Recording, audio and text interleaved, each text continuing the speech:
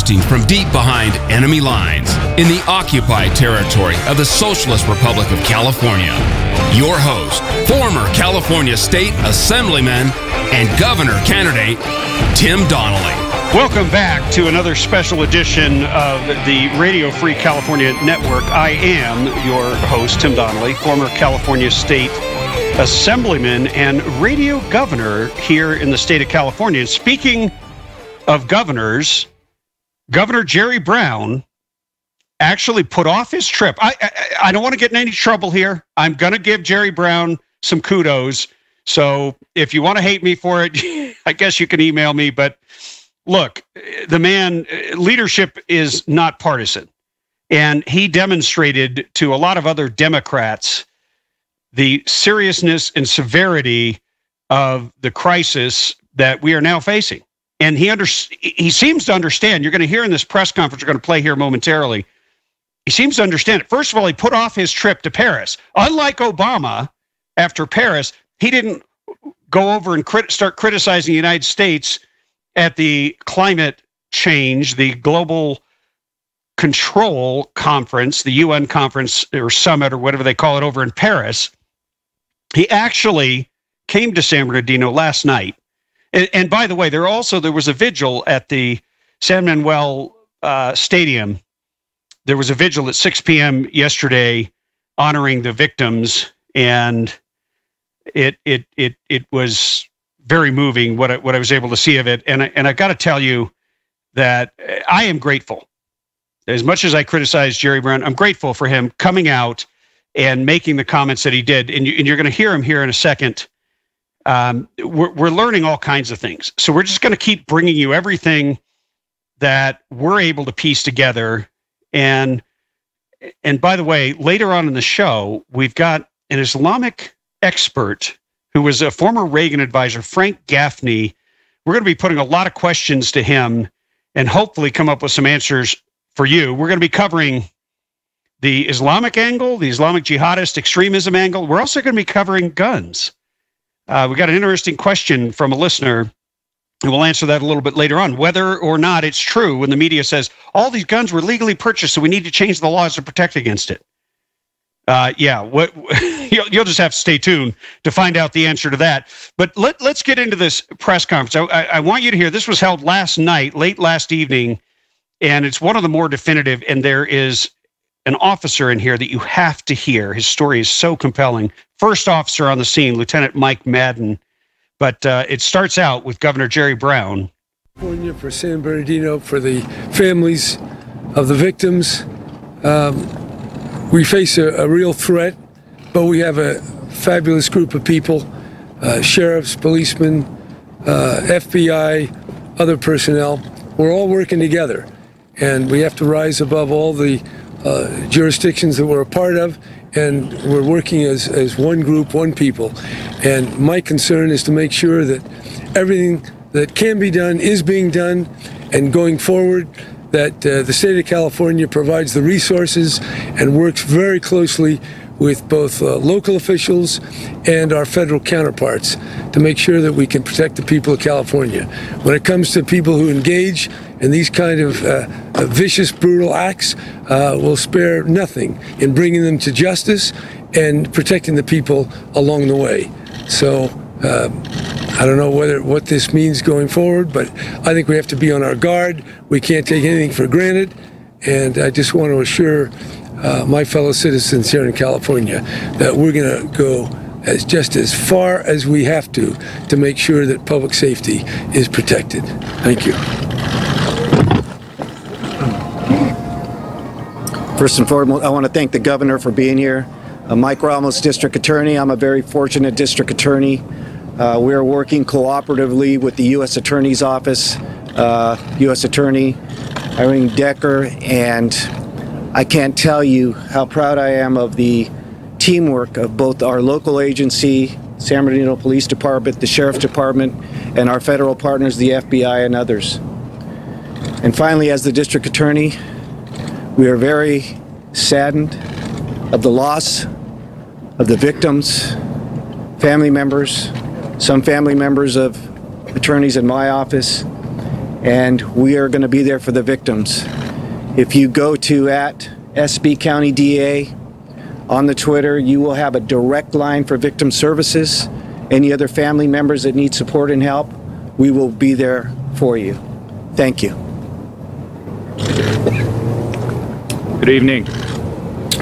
First of all, I want to thank you for your patience. As we've said from day one, this is a marathon, not a sprint. It's a tragedy that occurred. We will continue to do everything in our power, bringing all the resources to bear of the federal government to work hand in hand with our state and local partners on this matter. We continue to exploit all the evidence possible, and as I've said from day one, the evidence will lead us to the facts. We will go where the evidence takes us. Thank you again for your patience. Good evening, everybody.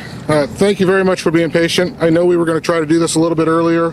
4:30 was what we were shooting for. We just couldn't quite make that happen. But thanks for sticking with us. Were we able to get those pictures up? So we have some pictures of the crime scene where the officer-involved shooting took place. We'll be able to provide digital copies of those images online for everybody that wants them. But they are pictures of the weapons. They are pictures of the suspect vehicle and a few others in there. We wanted to provide that. Additionally, I've got a few more statistics and numbers for folks just as an update from earlier information that we have put out. As we said, this was a Department of Public Health event. As it turns out, it was an event that was training in the morning, that was transitioning to a holiday Christmas party luncheon in the afternoon. And this happened right about the time of that transition. There were 91 invited guests that were there. We believe that there were about 75 to 80 people that were present in the room when this occurred, or that ultimately came to that party. We don't have the exact number because they had a sign-in list and we're still working through some of those dynamics. We don't know that everybody signed in. Of the 21 people that were injured, 18 of them have been identified as county employees. How many? 18 of the 21 were county employees. The other 3 were not county employees. Of the 14 people that are deceased and their identities have been released now, 12 of those individuals were county employees, County of San Bernardino. 2 of them were not. And then finally, one of the questions that came from the media is that you wanted to hear from one of the first responders when we responded to this on Wednesday morning. So I'd like to introduce Lieutenant Mike Madden. I'm gonna point. Spelling is M-I-K-E, last of M-A-D-D-E-N. Mike is actually one of our administrative commanders for the police department. He's a 24-year veteran. As an administrative guy, he really has a desk job. The reality is at 11 o'clock in the morning on Wednesday, Mike was on his way to lunch when this call went out. And he didn't hesitate. Mike was the first officer that was on scene, and he was the first person that we had that gathered the first units that went in and addressed this. So I'm going to let Mike kind of tell the story of what they experienced firsthand, and then we'll take a few questions for Mike as soon as he's done. Thank you, sir. I guess I was just asked to come forward and talk a little bit about what it was that we saw and we experienced yesterday. And I'll tell you that it was something that, although we trained for it, it's something that you're never actually prepared for. When we got the call, I oversee dispatch. It's one of my functions and responsibilities with the police department. And I know my dispatchers. I know the tone of their voice. I know the severity of calls as they're going out. And I could hear it in our dispatcher's voice that this was actually happening. This was a real event. And it was the event that, you know, we have an active shooter, and we have an active shooter going on in our city. And I was nearby. I was less than a mile away, and I started coming this way. And I realized as I was getting closer that I was one of the very first units there. Myself and Officer Sean Sandoval arrived almost simultaneously, and just out of pure luck, because the information was evolving so rapidly, it was out of pure luck that I happened to pull into the right location, which was just south, the road that you see here just north of us. It was just south of the building where this tragedy took place. As I was looking and seeing all of the activity and trying to assess what was happening, I was informed that that was the location where this was happening, and I was asking for officers to respond as quickly as possible, because we had every belief at that time that we had people still actively being shot inside of the building. My goal was to assemble an entry team. Hey, we're gonna break here, and we'll come right back with more. This lieutenant, his story is so compelling. I don't want to minimize it. I'm going to give him an entire segment here in the next, right after this break. So stay tuned. Whatever you do, don't touch that dial. Call you up, don't bring me down. Hey, welcome back to this edition of the Radio Free California Network. We're listening to a press conference that where finally, I don't know about you, but I'm tired of hearing from elected officials. I'm tired of hearing from, I mean, Governor Brown did a pretty decent job. I'm giving him kudos. The district attorney Mike Ramos had some good information, which I think is important for people to hear. We played that earlier in the segment. But right here is what all of us want to know. What was it like? And from the mouth of the first officer on scene, who, by the way, works a desk, Lieutenant Mike Madden, humble man, a decent, honorable man. And, you know, he even addresses the fact that everybody's giving cops a black eye these days. And you got to love and respect this man. And just listen to his story in his own words. The active shooter. This mindset and this type of training became indoctrinated in us after the Columbine incident. And that was the goal, that we wanted to get in there and we wanted to stop any further innocent people from being injured and possibly killed. As 3 officers arrived, there was an approximate 2-minute time lapse from the time that I got there until we had a team assembled of our 4 initial responding officers, and the 4 of us then went around the south side of the building. As we made our way around to the east side, it was immediately evident that the reports that we were getting were 100% true. There were victims who were clearly, obviously deceased outside of the conference room, and I relayed that information to the other responding officers and again requested assistance. As we entered into the conference room, the situation was surreal. It was something that I don't think, again, we prepare for, and they try to, an active shooter, we talk about sensory overload, they just try to throw everything at you to prepare you for dealing with that. What you're seeing, what you're hearing, what you're smelling, and it was all of that and more. It was unspeakable, the carnage that we were seeing, the number of people who were injured and unfortunately already dead, and the pure panic on the face of those individuals that were still in need and needing to be safe. We got as many people out as quickly as we could. We had approximately, I estimated in talking with the other officers who were with me, probably 50 people responded past us and out the doors.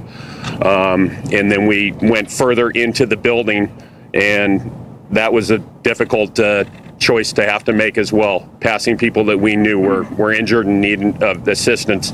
But our goal at that time had to be trying to locate the shooters and deal with them before we could get further assistance in for those people in need of medical attention. I was very glad to see that in a very short period of time, we had a number of other responders that came in and were able to formulate tactical teams and then continue on with the search. And I was then able to pull back from the situation and go back into handling more of a supervisory role and allowing the other officers to continue with the remainder of the search. Does anybody have any questions? Did you think there was still an active shooter? What were you thinking about in terms of there might still be someone in the room? And my second question is, how are you doing firstly? How are you handling this? First First question there was, we absolutely believe that there was another shooter. We were told that there were as many as potentially 3 shooters, but again, we were getting information from multiple callers, and people weren't, clear as to exactly how many shooters we did or did not have. Some were seen potentially reporting double, suspects and things of that nature. So we were told that one of the suspects had possibly fled in the black vehicle prior to our arrival, but there were as many potentially as 2 more shooters inside. And when we entered, there was fresh gunpowder and the smell of gunpowder in the air, leading me to believe that there were in fact shooters still. You are trained for this, obviously, but we've talked to people who've gone through this. You've never been trained for when it really happens. You don't remember so much. How emotional was it for you? I mean, looking at you, it looks like there are tears in your eyes right now.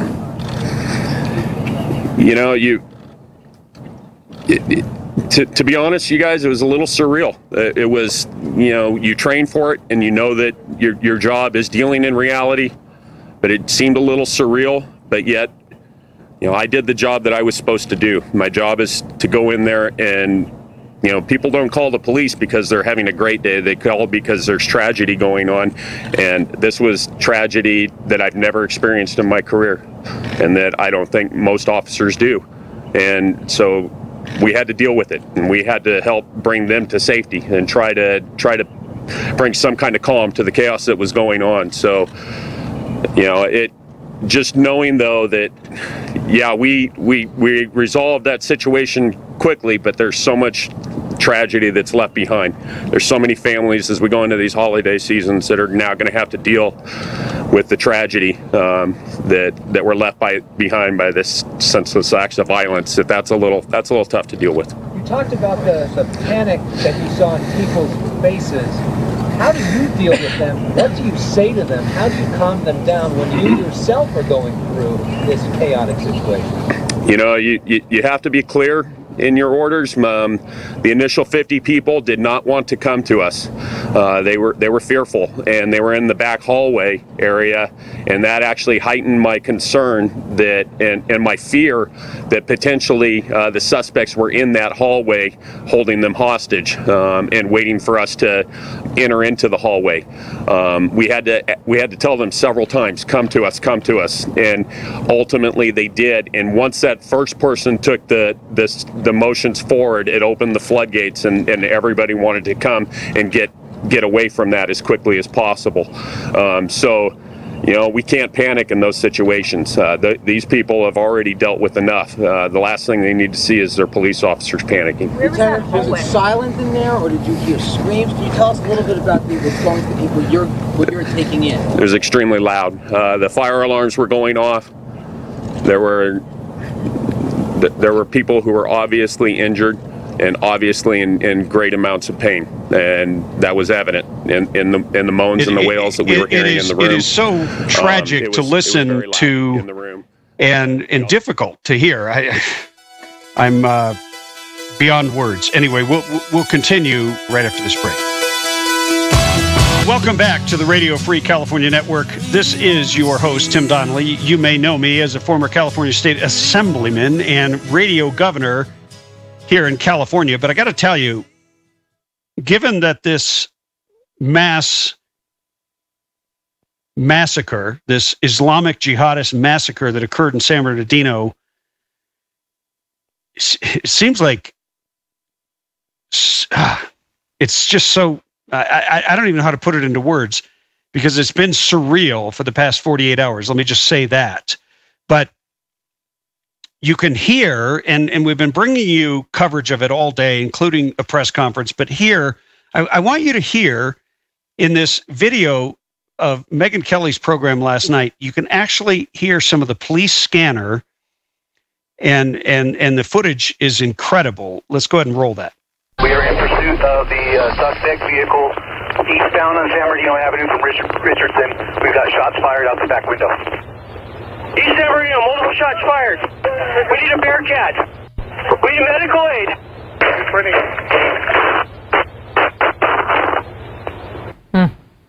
We are tonight getting to hear for the first time some of what unfolded on the police scanners during the shootout between cops and these two suspects yesterday. In the 24 hours since that happened, we've learned that the suspects, Saeed Farouk and Tashfeen Malik, were husband and wife. They have a 6-month-old baby girl. And that when police entered what was supposed to be the couple's happy home, they found what is being described as a, quote, factory for explosive devices. Adam Housley is live near that home tonight. Adam? Yeah, Meg, we were tipped off about that factory or that facility last night here in Redlands. We've learned a lot more today, too. When we first got back out here this morning, some of the first information we were getting was that this woman, this wife, was a bit mysterious to investigators. They were learning a lot about the husband and his family, but not a lot about her. As the day has transpired, we're learning more. First of all, they do believe now, at least they're working on the theory, that's the word to me, that this couple planned on a second hit, that their first hit was a soft target on purpose. As one terror investigator told me, this is an MO for a terrorist attack. They go for the soft target first to make sure they have a success. That way, if their second target goes awry, a more difficult one, they've already had a success. And so they believe they were intending on hitting a second target. That's what the premise is. They also believe that these two may have been may have been engaged in Mecca when they were in Saudi Arabia last year. And the third point I think is very interesting as well. They're now working on the premise that she may have radicalized him, which does make some sense in some ways when you look at all the facts that have been laid out there and try to connect the dots. And again, we were told she was the one shooting out of the back of the car. We do know there was some training involved here, and they're going on that as well. A lot of information, Megan, as you know, coming out from a lot of different sources, both national and international, as they continue to go forward in this case. But for us, the headline for us that came out tonight is that they believe they were going for a second target, Megan. Wow. Adam, thank you. Joining me now with more, Mia Bloom. She's a professor of communications at Georgia State University. She's also the author of the book Bombshell, Women and Terrorism, and she has been studying this issue for years. Mia, thank you so much for being with us tonight. Very happy to have your expertise. She may have radicalized him. How does that sound? You know, this is very consistent, Megan. We've seen a lot of women who were far more radical than their husbands. And I think this preconceived idea that women are the kinder, gentler sex is thrown out the window, because we've seen a lot of very radical women associated with Al-Qaeda, ISIS. Even Hayat Boumediene is allegedly the person who pulled Ahmed Coulibaly into the organization. So we shouldn't be surprised. He was very devout. And then said to radicalize, or had some signs of getting more religious more recently. And I think that it's consistent, and maybe temporally. When he met her, he went to Saudi Arabia twice, first to meet her and her parents, and then also then to get married. It's very likely that the relationship with her is what might have been the tipping point or the spark that radicalized him. What kind? I mean, I realize we're dealing with a different ideology, but what kind of radical Islamic woman goes on what's potentially very much a suicide mission when she has a 6-month-old baby girl? Well, you know, it's interesting, Megan. It's not just radical Islamic ideologies. We saw this in June of 2014, where Jared and Amanda Miller, also a couple, shot up 2 police officers and killed someone at Walmart. So this is not specific to the Islamic organizations. We've seen the couples in a variety of groups. These people were sovereign citizen, extreme right wing. So we have radical women in all the groups. But we've also seen within the jihadi groups, whether it's the Chechen Black Widows, or in 2004, a Palestinian woman suicide bomber, Reem Riashi, blew up in Erez Crossing and left her child. And in fact, she even posed with the child in her last Will and Testament videos. So a lot across a bunch of groups. We have these women. You raised the question before the show of whether we might possibly be looking at a cell in San Bernardino. Why do you ask that? I asked it because the fact that they had 4,500 rounds of ammunition, they had body armor, they had 12 pipe bombs. If he was going to attack the community center, he would have just brought the weapons at the first, when he first went there for the party. I wonder if maybe he had an encounter with Mr. Thelanios, who he'd had a fight with before, and he snapped. He knew he had all the weapons back at his house, went home, got his wife, got the weapons. It doesn't, for me, make sense why he wouldn't have taken the weapons in the first place. I think maybe there might have been a different target, but that at the party, he got very upset. Mia, thank you so much for being here. We appreciate it. See, I've wondered, and many people that I've talked to have come up with the same conclusion, that this was not their original target. Maybe they were planning to hit someplace on this day, but something snapped, something happened in that altercation at the party and at this Christmas party, and Syed got upset, went home, got his wife, got all their gear on. They were gearing up for something. And they were gearing up for something heavy, and maybe they wanted to try it out on a soft target. But I don't think that the Inland Regional Center was their original target. I think they were planning to hit someplace else, and maybe not even on the same day. Who knows? But they did scrub their social media, so it was certainly an indication they were planning to do something in the near future. But one question that this expert on Megyn Kelly's show mentions is a question that is haunting. Is there a cell? Is there a terrorist cell? Is there a jihadist cell in San Bernardino? And that is something that I guarantee you the authorities are going to be looking into and rooting out and trying to find every single person they were in contact with and find that half a dozen Middle Eastern men who were going there bringing bomb-making equipment because they had 4,500 rounds, and they basically had an explosive factory going in this little apartment in Redlands, California. We've got to take a quick break. We'll be back with a whole lot more on the Tim Donnelly Show when we return.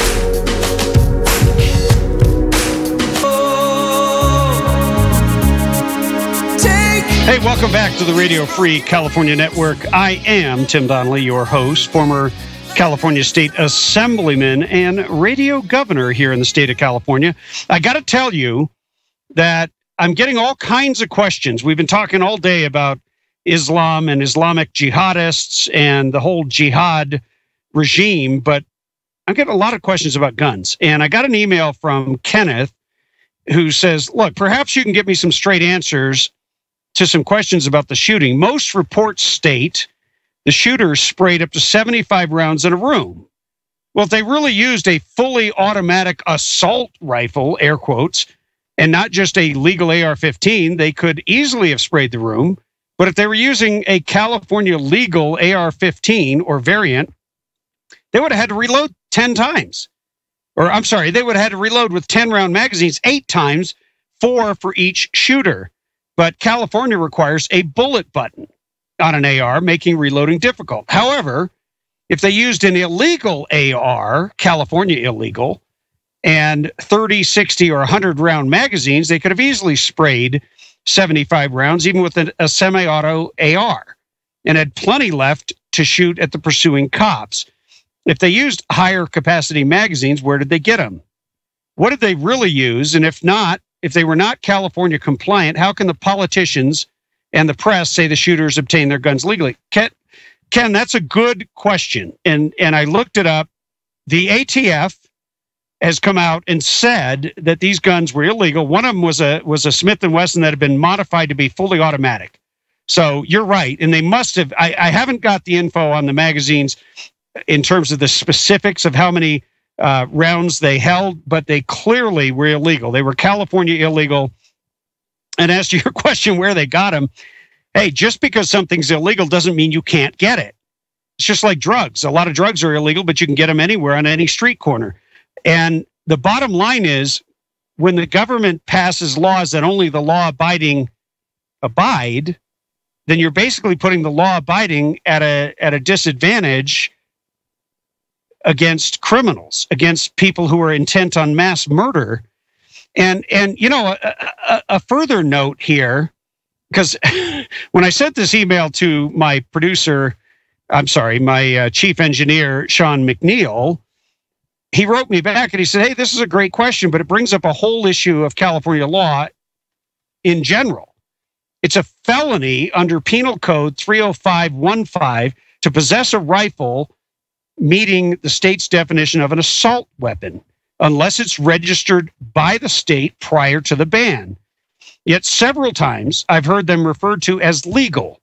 You remember when Andrew Tamarisi got in trouble at the border, I'm sure he'd be in even more trouble when he crossed back into California, when the CHP would have arrested him for felony possession of an AR-15. But they kept saying that he was in legal possession of the rifle. He was in felony possession of the rifle. So here's this. These are really important questions, because this is the kind of stuff that the government uses to essentially keep law-abiding Americans down and unable to defend themselves, which criminals just ignore. And these mass murders, they could care less about California gun laws. They're going out to kill as many people as they can. I mean, they shot, let's say, 40 people, and 14 were deceased, another 20 injured. If you're planning to do that, what do you care about California's gun laws? What do you care about whether something's legal or illegal? That's just a piece of paper. Those are just words to you. And so, by the way, I wrote an op-ed today. You can find it at Breitbart.com, but I'll have it up. You'll be able to read it. It is at TimDonnellyShow.com. It's very simple.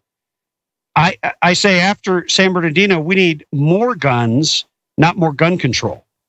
We need more guns because guns are the key to our freedom. And the bottom line is, if the bad guys can buy and possess illegally tremendous amounts of firepower, then do you remember the Hollywood shootout at North Hollywood, where the bank robbers went in there and they were shooting at the cops with fully automatic weapons? They had body gear on. This is what this reminds me of. The cops were outgunned.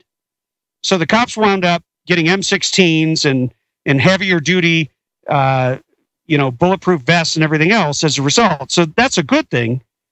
But the bottom line is that all of us as Americans, every single one of us, has a right to own each and every piece of equipment that can be used against us as civilians.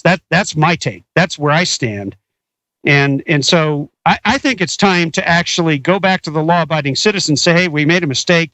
We made it illegal for you to have a 16 or 30 round magazine. And it's time that we actually dial back that law, because that law has infringed your right to be able to defend yourself, which is a natural right. It's a fundamental right. It is something that precedes government, because those rights come from God. And our Declaration even acknowledges them. The Declaration of Independence says that it is the purpose of government to defend and protect and safeguard our natural and inalienable rights. It identifies those as life, liberty, and the pursuit of happiness.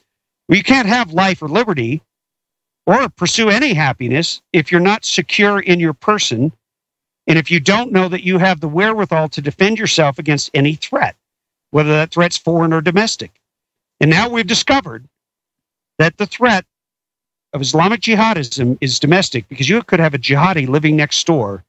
And so it is incumbent upon every American, I believe, to stand up and push for our Second Amendment right to be expanded back to the way it was intended, which is whatever is necessary for us to defend and secure ourselves and our person is our natural, moral, civil, and constitutional right.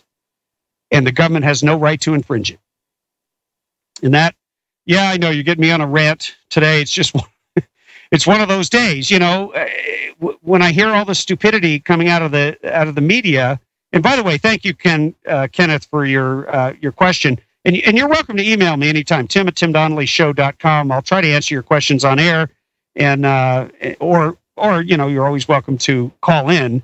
But Tim Donnelly Show is how you connect with us. You can connect with us on Facebook, Twitter, email, or even by telephone.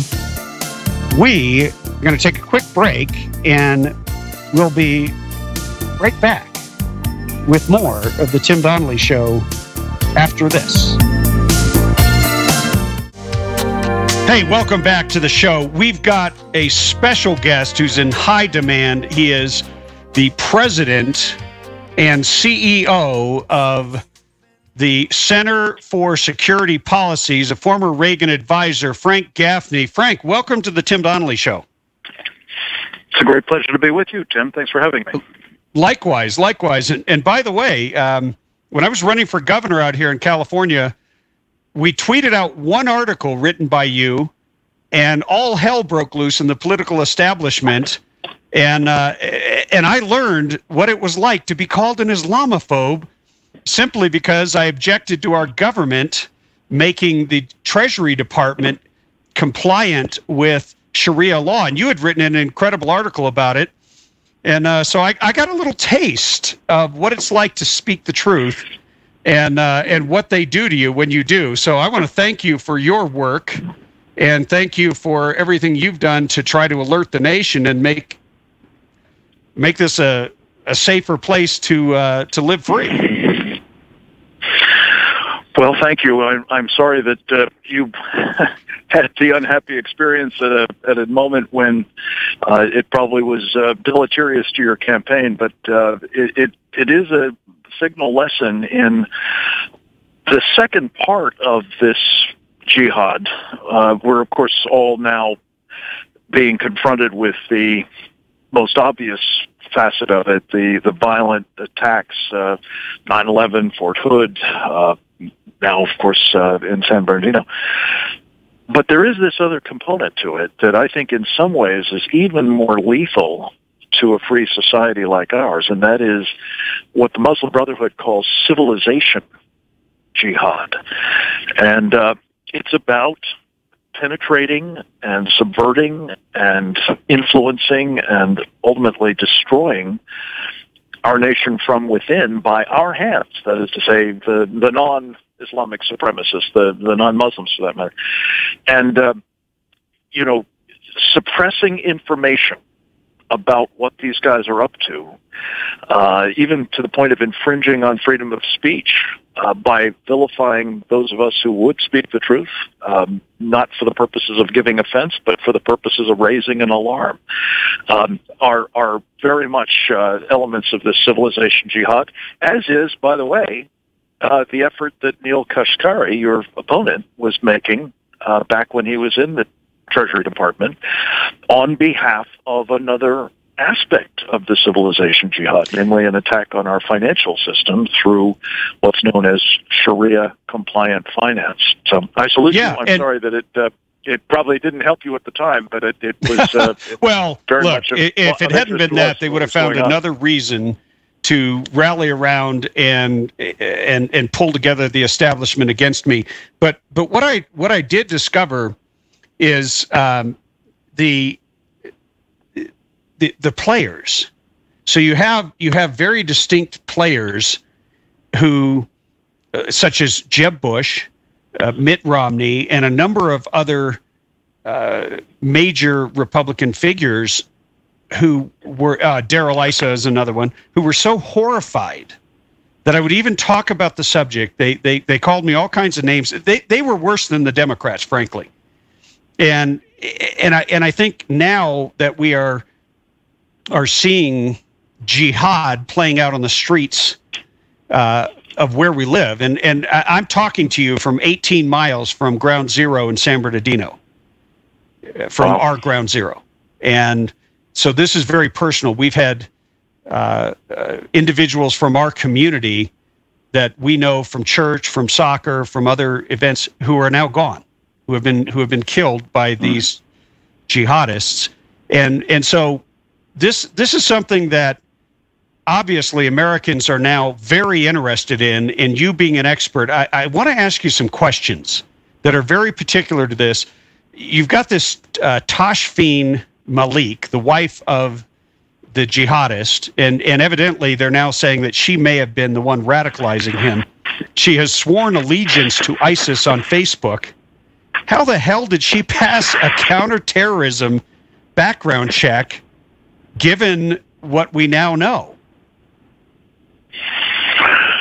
Well, probably because we didn't know what we now know at the time. But I have to tell you, Tim, another element, and I'm probably going to return to this again and again because I think it's so important that audiences like yours understand this.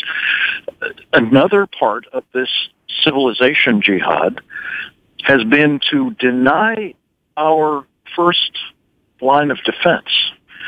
The FBI, our military, our intelligence community, our Department of Homeland Security personnel, situational awareness, as the military calls it, an understanding of the nature of the enemy. By that I mean they have actually, under the Obama administration, purged from the training curricula, and for that matter, the trainers of those first defense folks, the information about jihad, about Sharia, this sort of operating system, if you will, of authoritative Islam. And it's important to understand this. It's not people who are hijacking the religion. It is the authorities of the faith themselves who say this is the true Islam, Sharia. And that's giving rise, I think, to a total inability on the part of people, whether they're doing vetting of potential jihadists, or they're approving refugees coming into this country, or they're engaged in trying to understand, who's operating in mosques and Islamic societies and the like in their communities. But as I say, the sort of ground truth, and therefore don't be surprised if you see a lot more of these kinds of problems manifesting themselves in the future. So, so what you're saying is that they have enforced a culture of political correctness within our intelligence community, within our law enforcement communities, within the FBI, the ATF, and Homeland Security, to such a degree that they can't even ask the appropriate questions, or maybe even use the appropriate terms like jihad to ferret out the real agenda of individuals who are trying to come into our country. Tim, I kind of abjure this term political correctness because there's nothing correct about it, politically or otherwise. This is insane and wrong in every regard. But to your point, what we're finding is it is a career-ending offense for those who are responsible for protecting against these enemies inside the United States to even know, let alone talk about, to say nothing of act upon this kind of information about Islamic supremacism and its various manifestations.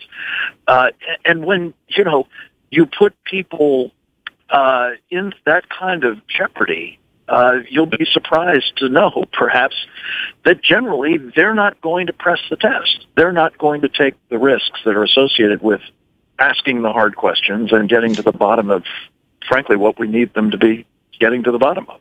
Well, let me add or build on that, because here we were in the vicinity of this Islamic jihadist massacre. I'm not calling it a mass shooting because that's as if it were somehow condemning guns, but we were watching it unfold live, and I live literally right on the path where anybody who's trying to escape a crime up into the mountains, and literally the road that this was committed on, that Inland Regional Center, is on Waterman Avenue that turns into Highway 18 and leads up to the communities of Lake Arrowhead and Big Bear.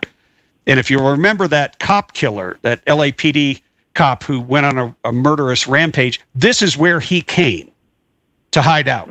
So I'm sitting in my living room with high-powered rifles, wondering because nobody knew who they were, we had no identity, but then something started to emerge, which was we saw somebody put up on Facebook a bolo that law enforcement had released, but then they'd retracted it. And it had correctly identified Syed Farouk. So you could actually see a picture of the man who was the killer, which would be a really good thing for the general public. There's no way that the general public doesn't have a right to know, but it became this political nightmare, this political football, as they wrestled back the facts and then denied the facts and wouldn't confirm the names, so the media wouldn't put it out there. And a couple of media outlets said, oh, it was 3 white guys. Well, you need to know the nature of the killers that are running around loose after they've just murdered 14 people and tried to murder twice that number at least. But the political corruption of political correctness was so evident, Frank, that I think it put the community at further risk if the authorities hadn't actually confronted the killers. Hey, hold on, because I want to get a full answer, and we've got to take a break. But we've got Frank Gaffney, the president, CEO of Center for Security Policies, a former advisor, national security advisor to President Ronald Reagan, and an expert on jihad. We'll be right back with more, including his answer after this break. Hey, welcome back to the Radio Free California Network. We're talking with Frank Gaffney, who is an expert at Islamic jihadists. And I asked Frank a question before the break, long question, but I'm going to summarize it very briefly. Look, I believe, Frank, that the authorities, by playing the politically correct game and not releasing the identity, the race, the height, the weight, the name of the person who had become their main suspect, some law enforcement agencies did it, then they retracted it, and then the media wouldn't talk about it. And so nobody knew whether you were looking for 3 white guys, 3 black guys, 3 Asian guys, or 3 Middle Eastern terrorists. Turns out it was 2. It was a husband and wife. But they had his name from early on, and I'm saying they put our community at risk because we wouldn't even know what the guy looked like. Yeah.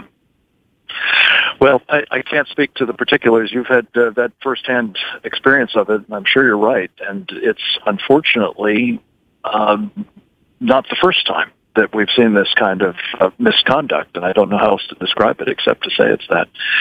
And you know, what I think is dawning on a lot of Americans, Tim, is this episode being a particularly vivid example of it. But there's a real threat to public safety now, arising from a lot of the decisions and policy actions of this administration. Whether it's, closing Guantanamo Bay and bringing jihadists into the United States, from which they may well find themselves sprung one way or the other from any prison they're held in, or thousands of refugees from some of these Islamic supremacist nations, Syria notably, or, one of my particular concerns is the release of God only knows how many thousands of felons from U.S. penitentiaries, many of whom have been recruited to jihad in those penitentiaries. Oh, really? And I think the public is beginning to freak out, understandably, about what's going on here. And I think it behooves those of us who have the expertise that we do and who have the communications abilities that you do to, really redouble our efforts to equip them to understand this is not just malfeasance, let alone incompetence. This is, I'm afraid, a deliberate sabotaging of our country. And that's a very, I think, serious charge, of course, against the Commander-in-Chief, the President of the United States. But I think these are the kinds of conclusions the facts drive us to. We have reluctantly come to that same conclusion. We didn't have all the information you're referring to. I did not know they were recruiting felons coming out of prisons. But I can tell you that look, you can no longer feel safe and secure when you think the threat's far away. If you think it's in Iraq and Afghanistan and Pakistan and Saudi Arabia, well, most people have never gone there, will never go there. It's 9,000 miles away, no problem. But when it's a guy next door who worked for 5 years alongside you in a county job, who lived in an apartment on a quiet street, who you might have thought was just another American, hey, we believe in diversity, we're tolerant society, and all this kind of stuff. He was a U.S.-born citizen, and here's where I have a real problem. he goes to Saudi Arabia. He meets this woman. We don't know all the timeline, but we know that he meets her. We've heard he might have gotten engaged at Mecca, and then he's able to bring her back here on a K-1 visa. She is allowed back into this country, and she seems to be the key to radicalizing him. And if they can't figure out that someone like her is a danger and a threat, I know hundreds of people that have tried to get into this country legally that can't, and they're not jihadists. They're not from Muslim countries. So what can we actually do, or what can the government do vis-a-vis immigration policy and other things that they could do to neutralize this threat, both from outside the country, but also from your neighbor who's a jihadist, the jihadist next door? Well, how much time do you have for the answer to that question? I got another 15 minutes with you. Well, let me try to work through pieces of it, because it's really the question of our time. I think the first thing that we all have to do is become knowledgeable about the nature of the enemy, so that we're clear about it, and we can insist that those who represent us in government or lead us, exercise power on our behalf, are equally clear and are held accountable for doing it. We have some resources that I would commend to your listeners at the Center for Security Policy's website, securefreedom.org, that lend themselves to that kind of education. We'll say that again. Give that website again. Sharia doctrine. Securefreedom.org. Securefreedom.org. If you're interested in figuring out what this Islamic supremacist program is all about, the Sharia doctrine that underpins it, the jihad it commands, the kinds of organizations that are involved in it, how they operate both in the violent jihad space and in this not so much nonviolent as pre-violent or civilization jihad space, check out the books that we have there. They're all available for free if you want to download them or just look at them as a PDF online. You can buy them too, but they're there at securefreedom.org, and each of them has a section, particularly this product line that we've been rolling out this year, which we call the Civilization Jihad Reader Series. Short monographs, easily taken aboard, that tell you what's happening in our courts, what's happening in our financial sector, what's happening in academia, what's happening at the United Nations with implications for our freedom of speech, and so on. Our churches. These are documents that are intended to not only give you situational awareness, as I call it, but also tell you what you can do about it. But you as an individual. Good. And by the way, what we'll do... What you can do as a group. What we'll do, Frank, is we will put a link up at timdonnellyshow.com to keep it simple, and we'll promote your website so that people can get these resources, because that a big part of what our mission is inform, educate, so that people can become engaged in the solutions. And it's the critical first step. I mean, there's no point in talking about anything else if you're not knowledgeable enough, because let's be clear, Tim, we're going up against people who are deadly serious about dominating us and destroying our country and our form of government and our rule of law, because it is, in their view, antithetical to God's law and God's way of running things, namely Sharia. So once you've got clarity about what they're about, we need your help, quite frankly, and this happens to be the perfect moment to do it, because, as you probably have heard, there is a national election underway at the moment.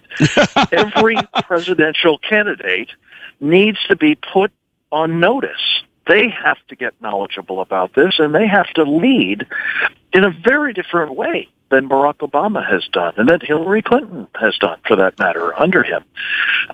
Not embracing the Muslim Brotherhood, not empowering the Muslim Brotherhood, not arming, in some cases, funding the Muslim Brotherhood, but trying to deal with it as we should, namely, as Ted Cruz has suggested in legislation he introduced a few weeks ago, as a terrorist organization. And from that, we begin rolling up the mosques and the Islamic societies and the front groups and the jihadist support operations that the Muslim Brotherhood has been putting into place for 50 years. And Tim, if I could just offer one specific recommendation in all this regard. Sure. At our website, securefreedom.org, there is a publication in that list of books that I especially urge people to look at. It's probably the shortest of the bunch. It's the easiest taken aboard. And it turns out it is the secret plan of the Muslim Brotherhood for destroying Western civilization from within. I've used that term a couple of times. That's a direct quote from this secret plan. And Tim, it's a fascinating story. We don't have time to get into all the particulars, but this wasn't meant for our eyes. This was a report back to the mothership in Egypt about how they had been doing in their first 30 years of building this kind of infrastructure for destroying us from within. Wow. And, it's a chilling document. It's very easily, as I said, taken aboard, and I commend it to you because it'll explain. Hey, Frank, we got to stop right there real quick. We got to take a quick break, and then we'll wrap up right after this commercial break. Stay tuned, whatever you do. Baby. Hey, welcome back to the Tim Donnelly Show. We've only got a few minutes left with Frank Gaffney, who is an expert at jihad. Frank, I wanted to ask you... Yeah, can I just finish the thought that I had? Yeah, please do. Got a complete burst there. I guarantee your listeners, it's in fact, I'll make it a double your money back guarantee, since this book, the explanatory memorandum, is on our site, securefreedom.org, for free. But if they will take this information aboard, they will become almost immediately one of the smartest people about the threat we're facing, certainly here inside the United States, but really worldwide, because of the dominant role the Muslim Brotherhood plays internationally as well, in our entire country. And that's a pretty sorry state of affairs, but it is something that I think lends itself to remediation, both by us as individuals and by getting our elected leaders equally squared away. Well, and Frank, I'll take you up on that. I'll get a copy of that book. I'll read it. Good. And then I would like to have you come back on the show so I can ask you more questions and our listeners can ask you questions live. Because I think there's going to be a tremendous interest in the information that you're able to share that previously people maybe didn't feel the sense of urgency they feel now. Yeah. Well, my prayer is, Tim, and I'm happy to do that at any time, my prayer is that we won't have to lose more lives before we get to that place. And I hope you're right that we're there now, and these 14 people have made that ultimate sacrifice for the rest of us to get smart. I thought that the nearly 3,000 people who did it on 9/11 did that, or the Fort Hood folks, but here we are. Let's do it now so that we don't needlessly lose more lives. Frank Gaffney, CEO, President of Center for Security Policy. You were an advisor to President Ronald Reagan. You are somebody who is an absolute expert on the threat that is facing us now, the jihadist threat. Thank you for coming on the Tim Donnelly Show today. We know you got to go. We hate to lose you, but we intend to have you back. And give your website one more time before you leave so that people can find these resources you're talking about. Sure. It's securefreedom.org. And buttons are on the right-hand side and books are on the left-hand side. Just scroll around there. You'll find a wealth of resources that are available to you. And, Tim, I appreciate the chance to share them with you and look forward to doing so again. Hey, thank you again for coming on. We really appreciate your time, and God bless you and Godspeed. Hey, if it seems like we're inundating you with information, I'm not going to apologize, because this is, as Frank Gaffney stated, the single most important thing you can do. Yeah, as I always talk about, absolutely we need to arm ourselves, but we need to arm ourselves first with information. And so I want to bring you a clip from Megyn Kelly last night. She did an interview with an extraordinary individual that advises the FBI. His name's Dr. Gorka. He's got a great website, gorkabriefing.com. another resource. Anyway, listen to this short clip, and you'll be shocked at how much even our government doesn't know about jihad. Well, the things that relatives and neighbors are saying about this suspect Farouk seem to paint a very contradictory picture. His father said he was, quote, very religious. And a neighbor told reporters that about 2 years ago, he became more devout, growing a beard and wearing religious clothing. Others say he seemed normal, quiet, and was living the American dream.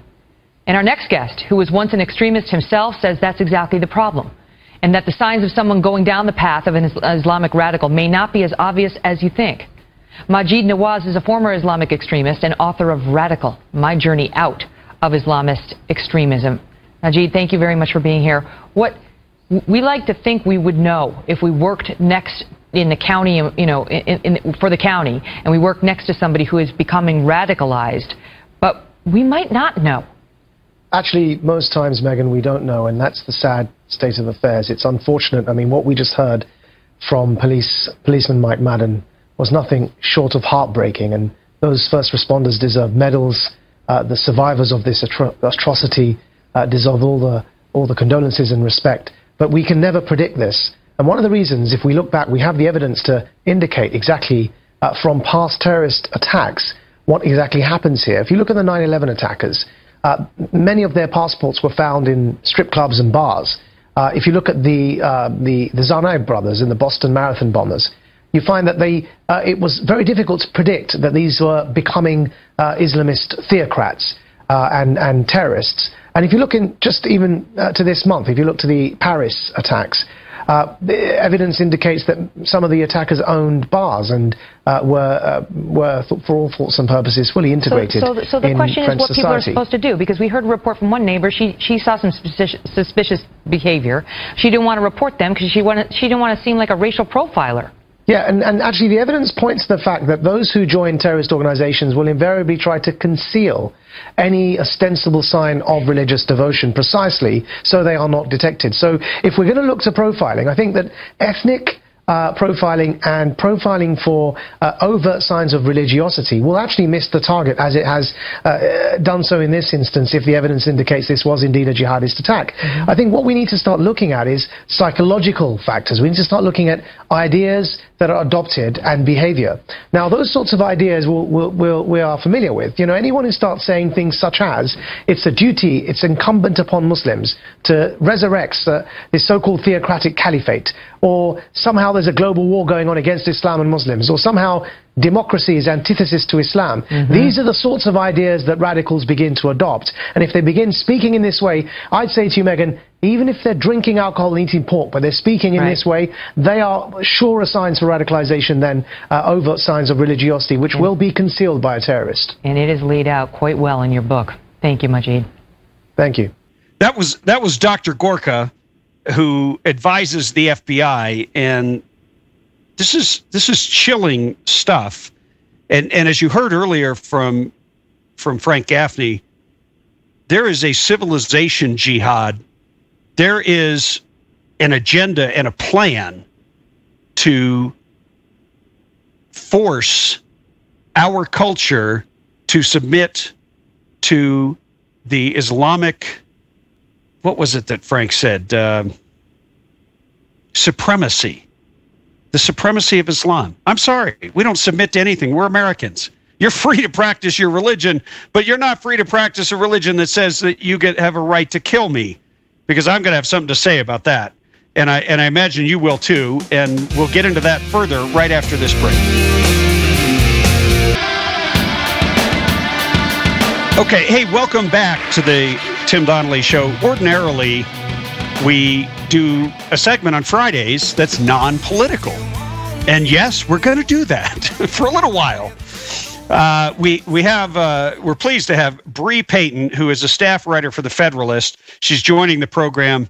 And I invited her on because I thought it was so ridiculous that the more a name is used on Instagram, the more likely it is to become a baby name for millennials, which is a fascinating trend that Bree has written about. Bree, welcome to the Tim Donnelly Show. Thank you. Thanks so much for having me. Yeah, no, it's great to have you on. I mean, tell me this isn't true. I mean, do we live on social media? Is this like a disease or something? Yes, it's totally a disease, and unfortunately, a bunch of individuals in my generation are naming their kids after filters in Instagram, which, for those of you who may not be avid Instagram users, it's like a social, it's like a social media app that allows you to take and edit photos kind of really quickly, and you can apply different filters to it, and they're called different names, like Kelvin or Amaro, which jumped in popularity last year. Wait a minute. You mean these are photo filters? These are like filters, like lenses almost. Yes. So these are like, So these different filters will kind of like change the tint of a photo. It'll make it kind of more green, or it'll change the lighting, or make it black and white. So people are literally naming their kids after like different filters that change the look of the photos that they're uploading to social media network. Right. So it would be kind of like, in my generation, naming something rose-colored glasses, naming your kid rose-colored lenses or rose-colored glasses. Yeah, that's exactly what's happening. Except now there are these weird other kind of catchy names like Ludwig and Amaro and Juno. That's what people are naming their kids nowadays, which is kind of really crazy. And I think that, it's kind of an evidence of the dumbification of names in America. Because if you kind of look at the historical record of what Americans named their children, and if you look in particular to early America, you can see that a lot of like the early settlers here and, like the Puritans, the Pilgrims, they named their kids after virtues like charity, prudence, felicity. Those were some of the most popular names Patience. In the 18th century. Right. Patience, endurance. Grace. Stuff like that. So they would name their kids after virtues that they hope that their children would emulate and kind of spread throughout the new world. Well, my mom... now, I guess... Oh, sorry, go ahead. My mom had 14 children, and she tried to name them all after biblical characters. I think they ran out. But that was the plan, 14, like Timothy, John... and others, but then came the family names. But it was all pretty simple. It wasn't. She wasn't naming them after cars that drive up and down the street or something like that. But that's kind of what this trend is like. You're naming it after inanimate objects. Yes, exactly.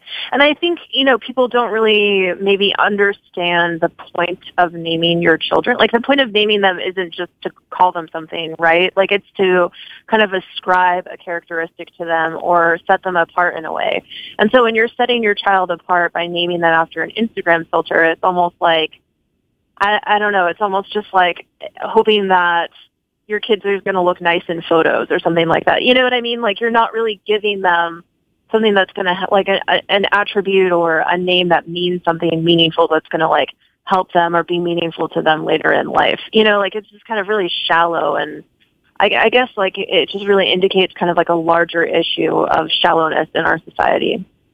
Yeah, I mean, I can tell you from a different generation looking into yours, I certainly see an obsession with social media. My own kids, they're always on there. They can put something on social media faster than I can blink.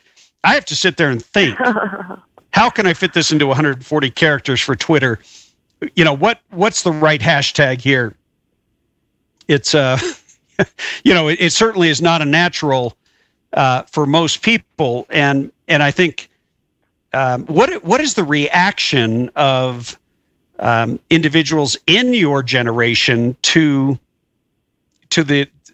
so many people naming their kids after a filter on Instagram? Well, I honestly don't think that that they are aware that they're naming their children after filters on Instagram. Does that make sense? Like, I think that they just use the app so often that these names that they're constantly seeing are just kind of like embedded in the back of their brains. And then when it comes to naming their child, they're like, oh, what should I name him? And, they have these names like Juno, Amaro, Lux, like the names of all these filters in the back of their head. And they just kind of pop out in the naming process, if that makes sense. So I don't think that they're consciously like, oh, I really appreciate this filter. I want to name my child after this filter. Like, I think that they're just kind of absorbing it and they're just in there and they're coming out when they're naming their child, which I think is almost kind of scarier. You know, the fact that it's probably not an intentional kind of a thing just shows like how deeply embedded, you know, the importance of social media and like the presence of it that it has on our minds, that like we're not even aware of how deeply, you know, influenced by this kind of stuff that we are. Well, let me, given that, I'm going to use that as a segue to change topics, because obviously there's very serious things in the news, in particular the shooting in San Bernardino. But I want to ask you, right? Because ISIS is using social media, and they just put out a video, and it's a pretty good video, and they have a guy with a British accent who is, or maybe a South African accent, and he's saying how, you know, we're coming after you. You guys don't even secure your own borders, and there's gonna be more blood in the streets. This is a war. Given that they have been so successful at recruiting via social media, give me some sense within the millennial generation of their view toward Islam in general, as well as this whole jihadi war that has been brought right to the streets of a small, ordinary city right here in California. Right. Well, you know, I don't know anyone personally who is sympathetic towards ISIS. All of my millennial friends hate it, you know. But I think that, you know, I think that a lot of the sympathies that millennials do have for ISIS makes sense when you kind of put this whole kind of like context, when you put this whole, you know, ongoing conflict in the context of that this is a war of ideas. You know, like it's not just a war of, oh, we want to take over this territory, or, you know, kind of like how the wars in the past were. This one is like a really different kind of a conflict, and it's a battleground over ideas, essentially. And I think the reason why millennials are so like inclined to just kind of buy into ISIS's propaganda isn't just because like they're good at using social media. I think it's because they really are owning their values. And, you know, in the United States now, millennials aren't really given values to counter that. In colleges, you know, the history of Western civilization and courses along those lines teaching us to embrace where our culture came from have been largely pushed out of the classroom. We've been minimalizing our history and our culture. And so I think, you know, when you're told your whole life growing up that, oh, your culture is terrible, like Western civilization is terrible, you should be embarrassed of it, you should be embarrassed of slavery and the other imperialistic sins of the past. I think when you're told that you should be embarrassed of where you came from, you kind of look for something else that isn't as embarrassing, if that makes sense.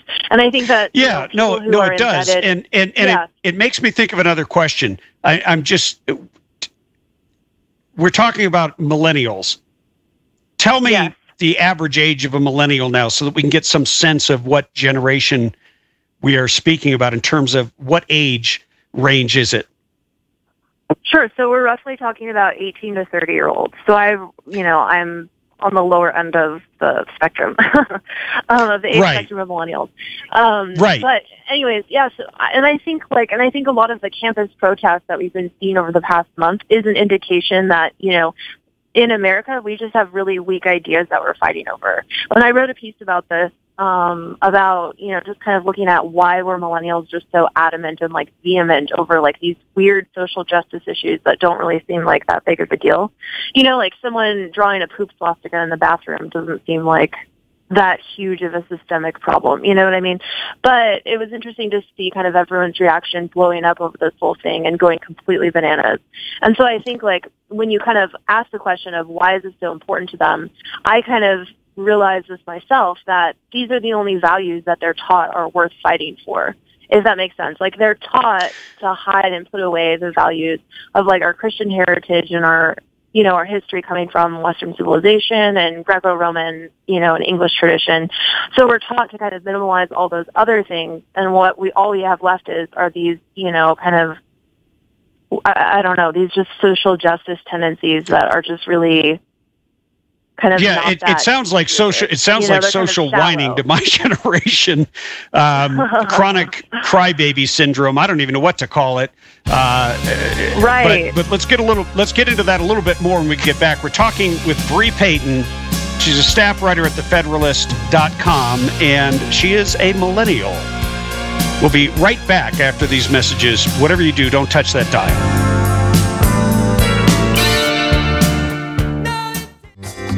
Hey, welcome back to the Radio Free California Network. I am Tim Donnelly, your host, former California State Assemblyman and radio governor here in the state of California. We're talking with Bree Payton. She is a staff writer at The Federalist. She does not mind getting into controversial issues, and she is able to give, rather eloquently, the point of view of millennials being on the younger age of the millennial spectrum, which is something like 18 to 30. Now, Bree, before the break, you were talking about how millennials all over on these college campuses are obsessed with issues such as personal space and not being offended. And see, for a long, long time, even spanning many generations, every generation sort of had a different issue. You had the Vietnam War for the sort of hippie baby boomer generation. Before that, you had the Korean War. Before that, you had the World War II, in what's called the Greatest Generation. But throughout all those, there was always this sense that it didn't matter what a person said. It was, we would give our lives for their right to say it. Standing up for the First Amendment, actually understanding that a big part of living in a free society is risk, and also the fact that you're probably going to be offended. But we never try to ban speech. And when I was growing up, I remember all across the country, you'd have a parade, and the Ku Klux Klan would want to be in the parade, and they were allowed at one point because people figured we're not going to shut them down, and we're going to let people turn away from them in disgust, but we're not going to ban their existence. And now, oh my word, it's like somehow there's a new right in the Bill of Rights, I guess the 11th, that says you have a right to not be offended. Right, exactly. And, I think that this kind of push and urgency for, oh, please don't offend me, just kind of really shows that, that this is the only thing that millennials really have in common with one another, if that makes sense, is like this urgency and this need for like a safe space and like this space where we can't be offended. Like we've been stripped of everything else that we could have in common with one another and values that we could share. And this is the only value that we share with one another. Does that make sense? Yeah, it does, because as you were saying, the colleges no longer reinforce traditional American values. As a matter of fact, they've become antithetical to them, and so they become breeding grounds and easy prey for movements like ISIS, which make people feel important. They feel like they're fighting for something. And I'm curious. I have no idea, and I'm sure you don't. There's no way to know yet, but this young couple in California, 28 and 27 years old, this Syed Farouk and his wife, Tashfeen Malik, they were millennials. And right. Syed was a U.S. citizen. He was born here with all the advantages of being an American, had a government job, had a 6-month-old baby, and they decide they want to go commit mass murder. I mean, I don't even know what to make of that. I'm hoping that they don't become martyrs for and fuel even more recruitment by ISIS. But I have a feeling they're definitely gonna ride this on social media, because that's what ISIS does. Yes, yeah. Well, I have kind of two initial thoughts here. One is, I don't know, kind of a more somber thought, but then the second one that I'm going to say in a minute is going to be kind of more encouraging, I guess. So first thought, growing up, whenever evil happened, it didn't seem to make sense. Like when 9/11 happened. The way my mom explained it to me, which I think makes the most sense to me, she explained that, evil doesn't make sense because that's the point of it. When people commit really sick, evil acts of violence, it's because they're not thinking rationally. Their minds are just completely taken over by Satan or, an evil force. And so they're not even able to think on their own or think like a human. They're not thinking like a human and with empathy and compassion. They're thinking like Satan would.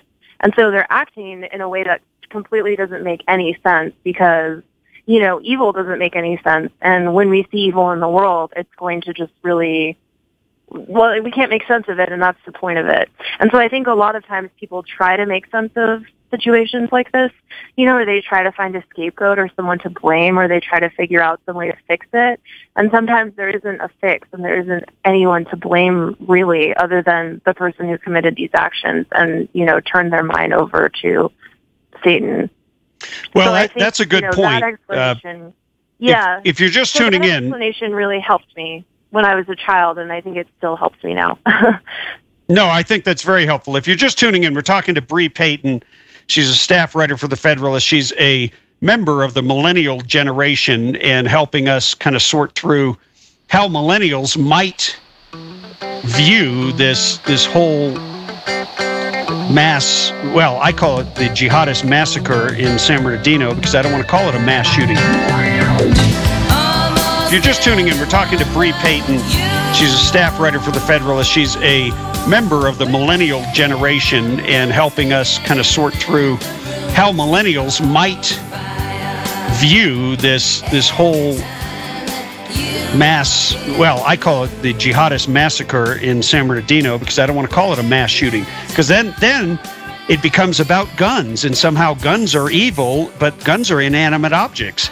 And that's the last thing I really wanted to talk to you about was guns, because our media, the left stream media that is considered mainstream, has taken this. A number of left-wing politicians have been pushing for more and more gun control even before the bodies are cold. And I'm curious because I seem to sense, and tell me if I'm wrong, but I sense a little bit of, or a lot of distrust of government from millennials. And from the millennials I know, they like guns because it gives them a sense of security from a government they don't trust. Yeah, I would generally agree with you that, millennials are mistrustful of the government, and they kind of want the ability to regulate themselves or, kind of help themselves and aren't willing to just rely on police to protect them. So I would agree that they are more inclined to be kind of view guns favorably. Yeah, I would agree that that's an accurate assessment. Well, see, that gives me hope because, look, one of the things that we need to do is we need to educate ourselves and we need to accept the fact that evil exists. And that's not something that we discuss in our everyday lives because this is an evil that you cannot negotiate with. It's not like when Neville Chamberlain wanted to negotiate with Hitler. You can't negotiate with mass murderers. You can only stop them from doing evil. Right. And I think, in order to combat this, we do need to be at the forefront of ideas. We do need to be injecting our kids and, even older kids in college campuses. We do need to be reaffirming American traditional values and give them something to be able to combat all of these messages that they're getting from ISIS and other radicalized groups. If they don't have something that they can push back with, what are they supposed to do? Right now, all that they have to push back with is fighting for safe spaces. I mean, that's pathetic. We should be encouraging them to, hold to our Christian heritage and our history that draws from this really rich Western civilization. We should be proud of it, and we should be able to push back. And we should be able to say, no, you're in the wrong, and we're in the right when it comes to, human rights and just the Bill of Rights and free speech and all these other things that are so important to us. Like we've forgotten and we're not remembering why this is so important, and we're not remembering to push back. We're losing ourselves, and it's because we're losing and we're not valuing the ideas that we're built on. Well, that's a good point, and I would say certainly when you look at the views of the Islamic extremists, when you look at their view of women and you look at their view of homosexuals, I can't imagine anyone in America, liberal or conservative, that would support treating entire groups of people as second-class citizens with no rights or very limited rights. Right. And so right there, I think that's something that we need to expose more and more through social media, is to see them throwing homosexual men off of buildings and down to a cheering crowd below. I mean, this is medieval. Yeah, I definitely agree with you. Yeah, and I think, if you kind of look at the arc of history, a lot of civilizations kind of like lost themselves in the past when they only pursued things like personal peace and affluence. And I think that's what we've been pursuing for the past, 100 years or more in our country, is that those are the only two things that we've really been pushing for and fighting for. And so, now we've kind of forgotten what's valuable, and we've kind of forgotten like the value in one another beyond personal peace and affluence. Like we just value like, hey, be nice to me. We should be nice and tolerant to one another. Don't get in my way when it comes to making money or earning money. But we don't value just like the basic humanity in one another because we're not like taught to do that, if that makes sense. So I think you're definitely right that we do need to be exposing the injustices and the wrongs that ISIS is doing. But also, and I think more importantly, like we need to really be reaffirming our own values. Absolutely. Bree Payton, staff writer for The Federalist, proud member of the millennial generation. Thanks for coming on and give us a little bit of insight and a little bit of flavor of how people in your generation might be thinking of some current issues, including naming their kids after filters on Instagram. Anyway, we're happy to have you. We hope you'll come back and continue to give us your perspective. It's a unique perspective, and I would encourage all listeners to my show to go to Federalist.com and keep up with your writing. Thank you. Thanks so much. I had a great time. It was great to have you. Hey, we'll be right back after these messages with more of the Tim Donnelly Show. Heart is still beating, and I don't know when I'll see you. Hey, welcome back to the Radio Free California Network. I am Tim Donnelly, your host, former California State Assemblyman and radio governor here in the state of California. And you might remember we talked to Pamela Geller, and it seems like so long ago, but it was, about a week and a half ago, just after the Paris attacks. And what she was saying about Islam is exactly what we are seeing play out in San Bernardino. We heard from Frank Gaffney. He's confirming the same thing. And so I thought we'd replay these words from Pamela because they are almost prophetic.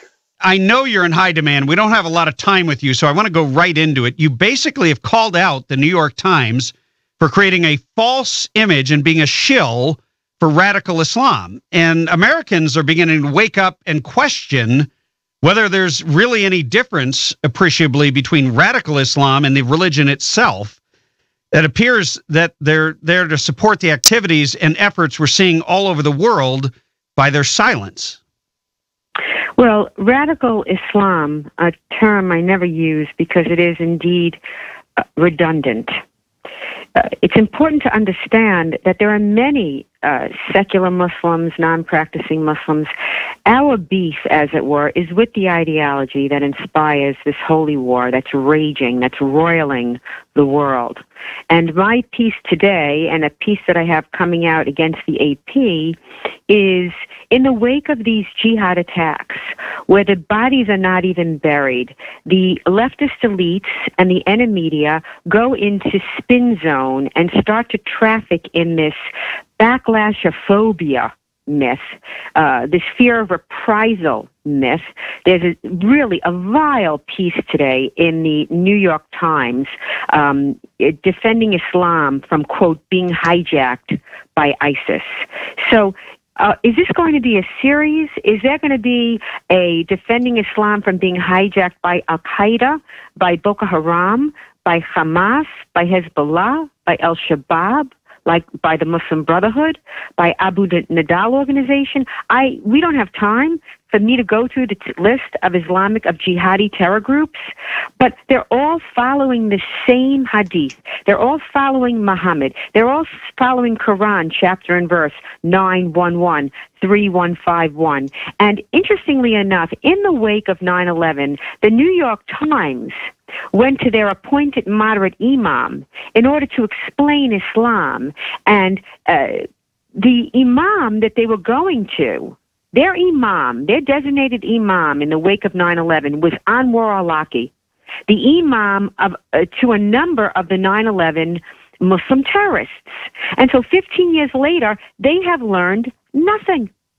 No mea culpa, no introspection, nothing. They now go to the UAE terror-designated group, the Council of American Islamic Relations, who was named as an unindicted co-conspirator in the largest terrorist funding trial in our nation's history. They were named as a Muslim Brotherhood proxy. They were started by Hamas operatives, and they're the ones who are explaining Islam. These stealth jihadists are explaining Islam. Where is Ibn Waraq in the New York Times? Where is Robert Spencer? Where is Batye Orr? Where are the scholars of Islam who can explain what is going on and what it's going to take? I mean, it's just shocking to me.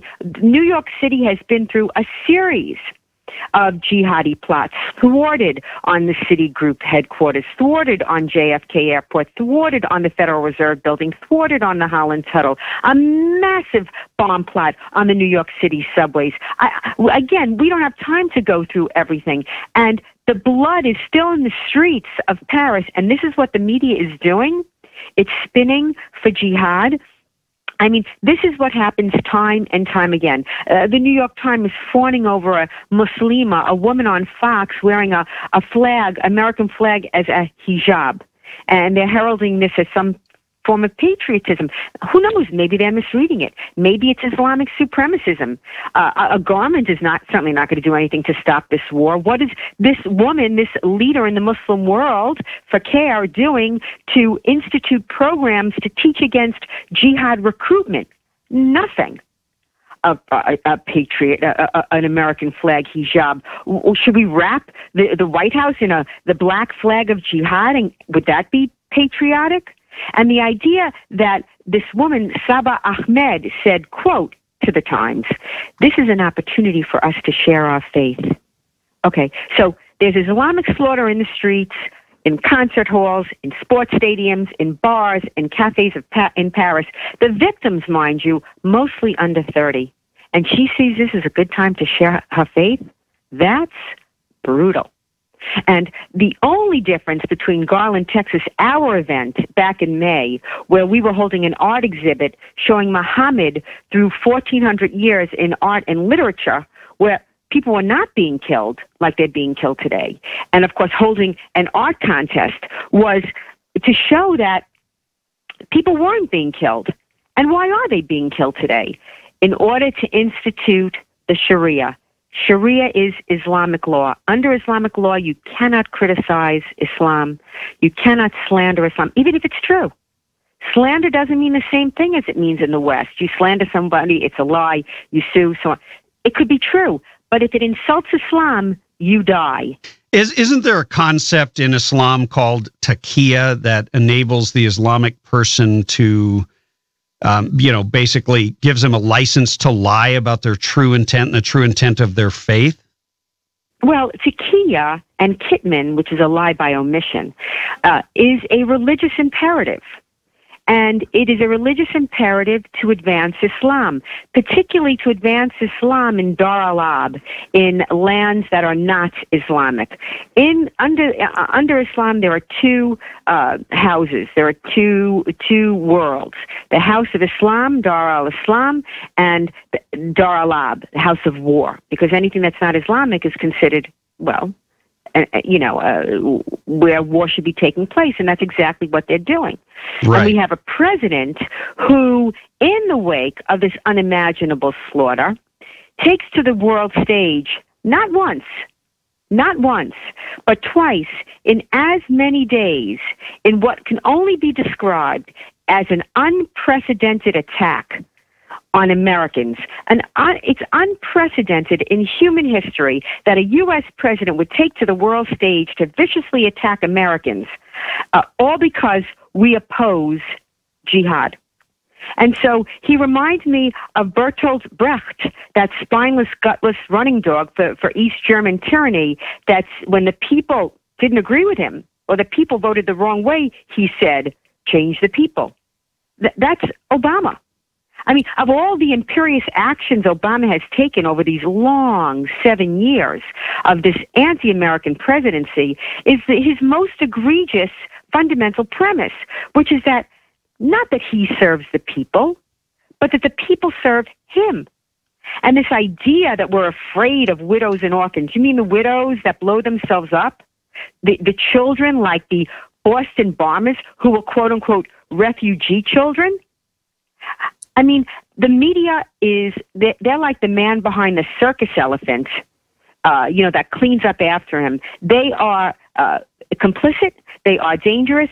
They are truly the enemy. But the fact is, we're not afraid. Opposition to something does not mean a fear of it. We disapprove. That does not suggest cowardice. Opposition to jihad is correct and rational. It's moral indignation against an enormous evil. For him to suggest a religious test, he's the one that gave a religious test to refugees. Back at the end of 2011, the international arm of my organization, Scion, issued a call to the Obama administration and to the UN to issue emergency asylum to the Christians being persecuted and oppressed. I warned then of a coming genocide against the millions of Christians in Syria and Iraq. And here we are, 4 years later. Hundreds of thousands of Christians have been slaughtered. He brought in thousands of Muslims from Syria, but 53 Christians. He's the one who's applied a religious test. He's the one who has blood on his hands. He wants to bring the perpetrators over now. We know that and we don't know the full story yet.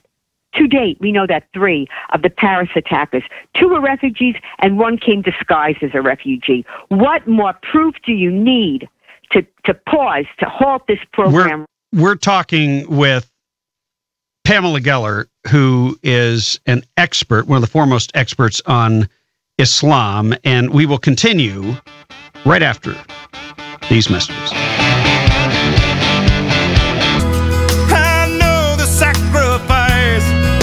Hey, there's some fitting music for our interview. We are talking with Pamela Geller. She has a piece up at PamelaGeller.com. It's also at Breitbart.com. And we, for your convenience, put it up at TimDonnellyShow.com. And Pamela, I want to thank you for giving us your time. I know you're pressed and we don't have a lot of time with you. Look, what you've been talking about, this is pure insanity. I was looking at a video today of these refugees that have overwhelmed Europe, particularly Germany. They're not widows and orphans like Obama's saying. They're not little kids.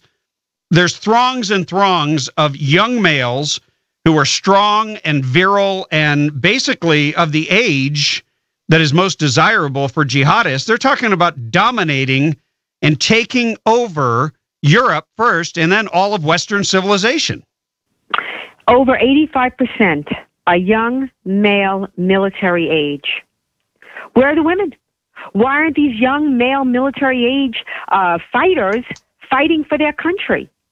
It's obscene. Europe is destroyed. They have 2 million going into Germany. 2 million. This is a hostile. I mean, you have to, again, the enemy media, just like through the Arab Spring, which was an Islamic supremacist revolution, which has destroyed whole swaths of the Middle East and Africa. This is not a humanitarian crisis. This is an invasion. This is a hostile invasion by a group, the first immigrant group that comes to the West with a ready-made model of society that they believe to be superior. And if you see the videos that I post on my site that my European readers are sending me, women describing what's going on, they can't leave the house. People in their backyard, these refugees are defecating in their backyards, taking, literally occupying their backyards, going into stores, taking what they want, walking out. And Merkel is putting them up in five-star hotels. Merkel is throwing people out of their homes to accommodate these refugees. This is what is happening. And the only thing that's taken it off the front page of my website is Paris, of course. And you have Obama saying the day before Paris that ISIS is contained. Okay, and today you had Kerry saying that Al-Qaeda was neutralized just hours before they staged this massive slaughter at a luxury hotel, the Radisson, in Mali, killing scores of people, taking 170 people hostage, screaming Allahu Akbar, and testing the hostages on their Quran, on Islam, and releasing the Muslims. But remember, it has nothing to do with Islam. And they've made it clear. These people eat, sleep, and breathe the Quran. You have these leftist apologists saying it has nothing to do with Islam, as if they know better than the caliph of the Islamic State, who has a PhD in Islamic theology. They study Quran every day. They pray 5 times a day. They slaughter, they kneel in the blood, and then they pray. And this is what's being hid from America. America, our children are being disarmed and disabled in the gravest threat that this nation and our children faces.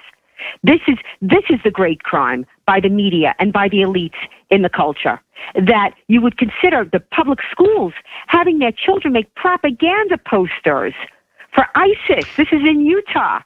A school's assignment was the children should make a propaganda poster for these terrorism groups. They might as well be making a propaganda poster for Nazism or for Hitler. I don't see any difference. You have this ideological purity, religious purity with ISIS, just like you had ethnic purity with Hitler. You know, you just said something very important, very important. Purity. This is the key, you see. Like when you hear Obama say, most of the victims of ISIS are other Muslims. That, too, is in and of itself a lie. They're not killing Muslims. They're killing Shia. Now, Shia versus Sunni is a war that goes back centuries. And the war there is who is the true Muslim.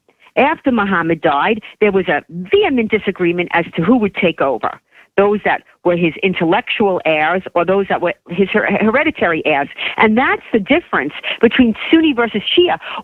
When ISIS slaughters Shia, they're slaughtering them because they are not true Muslims. They consider them to be heretics.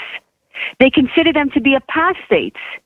It's a purification of Islam. They are purifying the Islamic State. When they kill Muslims that are secular, they're not considered Muslims. They're considered apostates. They're considered, quote-unquote, hypocrites, punishable by death according to Islamic law. The Islamic State is following Islam to the letter. It is authentic Islam. It is pure Islam. The real radicals are those that are calling for reform. The real radicals are those that are calling for reinterpretation. Because under Islam, you are not, unlike the Bible, unlike Judaism and Christianity, which was really the books were written by men, the Word of God, yes, but written by men. The Quran is the Word of Allah, as seared into the imagination, that was Freudian, into the memory of Muhammad. And so you are not allowed to reinterpret Allah's Word. It's immutable. It's immutable. You can't reinterpret it. That's the crime of hypocrisy. Hypocrisy is punishable by death. The Islamic State, Al-Qaeda, Hamas, Hezbollah, Al-Shabaab, Mujahideen, and on are all devout Muslims. And this is what the West refuses to accept. You can avoid reality, but you can't avoid the consequences of avoiding reality. And that's what we're seeing now. The catastrophic consequences of avoiding reality. And let me tell you something, Tim. It's only just begun. I've seen the future, brother. It is murder. It's going to get very bad. All right, that was Pamela Geller, and what can you say after she talks? During the show and all day today, there's been breaking news, and we've been following it. You do not want to miss Monday's show, because I'm going to tell you right now, this thing is not anywhere near from over. We're hearing all kinds of reports, and we're working to get confirmation that there's a terrorist cell in the Inland Empire, and that there is a bigger plot to use women to lure men who might not have any other social prospects, basically losers that turn into jihadists because they want to get laid, they want to get lucky, they want to have a woman, they want to feel important. And that we'll be talking about that on Monday. And reporters, MSNBC and CNN, barged into the Redlands apartment today. It should be an active crime scene, you would think, given the enormity of this entire event, and yet they have zero regard. It is quite possible that they have contaminated one of the most important crime scenes in United States history. We'll talk more about that on Monday, and so much more has gone on. The CAIR, the Council for American Islamic Relations, I'm sorry, they no longer care about being fair. They have decided to go after Donald Trump. They've decided to blame you and blame Americans for the San Bernardino jihadist massacre. You can't make this stuff up. I want to I don't do the show alone. I want to thank my amazing chief engineer, Sean McNeil. I want to thank all of our sponsors and you. Go out, have a great weekend. God bless you, and Godspeed. Tim Donnelly Show, out.